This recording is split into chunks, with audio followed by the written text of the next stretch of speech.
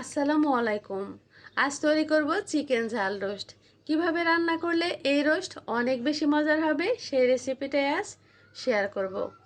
আশা করি সবার ভালো লাগবে। রোস্ট তৈরির জন্য প্রথমে এখানে আমি 1 কেজির মতো নিয়ে নিয়েছি মুরগির মাংস। মাংসগুলোকে আমি বড় বড় পিস করে না কেটে রেগুলার কাট করে নিয়েছি। এবার এর মধ্যে দিয়ে দেব আমি হাফ চামচ মরিচ গুঁড়া, দিয়ে দিচ্ছি আমি হাফ চামচ লবণ মরিচ মাংসের সাথে খুব ভালো মতো মিশিয়ে 10 মিনিটের জন্য আমি রেখে দেব। এবার চুলায় একটা প্যান বসিয়ে এখানে দিয়ে দিচ্ছি আমি তেলটা গরম হয়ে এলে এর মধ্যে মশলা মেখে রাখা মাংসগুলো দিয়ে দেব, দিয়ে ভেজে দেব। তবে বেশি কড়া করে ভাজা যাবে না, তাহলে রোস্ট রান্নার পর রোস্টটা খেতে অনেক বেশি শক্ত শক্ত লাগবে। এগুলো ভাজা হয়ে গেছে, এবার এগুলোকে প্যান থেকে তুলে নেব।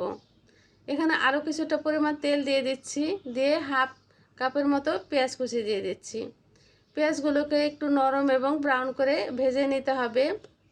ভেজে নেওয়া হয়ে গেলে এর মধ্যে আমি দিয়ে দেব 1 কাপ পরিমাণ পেঁয়াজ বাটা।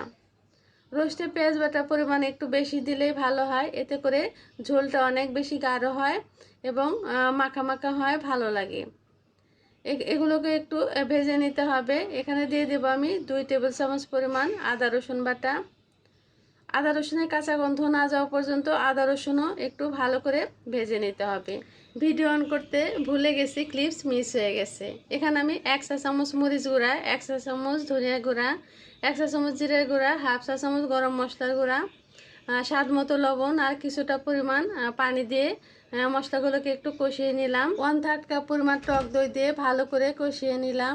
দিয়ে দিলাম 1 টেবিল চামচ পরিমাণ টমেটো সস।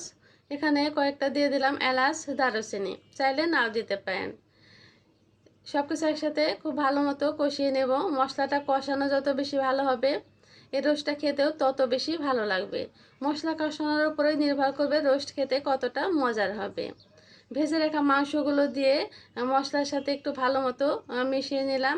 এখানে দিয়ে দেব পানিটা পরিমাণ মতো দিয়ে দিতে হবে। যেহেতু মাংসগুলো ভেজে নেওয়া আছে, তাই খুব বেশি পানি দেওয়ার এখানে প্রয়োজন নেই। ঢাকনা দিয়ে ঢেকে কিছুক্ষণ রান্না করে নেব।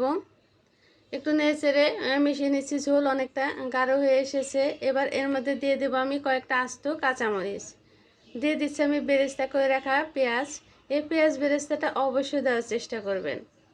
এবার এর মধ্যে দিয়ে দেবো আমি 1 চা চামচ পরিমাণ ঘি। চাইলে ঘিটা নাও দিতে পারেন, তবে দিলে রোস্টের টেস্ট অনেক বেশি ভালো আসে।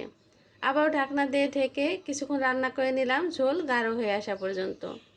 ঝোলটা দেখুন একদম গাঢ় হয়ে গেছে এবং রান্নাটাও কমপ্লিট হয়ে গেছে।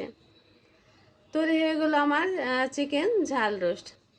আশা করি আমার আজকের রেসিপি সবার কাছে ভালো লেগেছে। রেসিপিটি ভালো লাগলে একটি লাইক দিবেন। সবাই ভালো থাকবেন। আল্লাহ হাফেজ।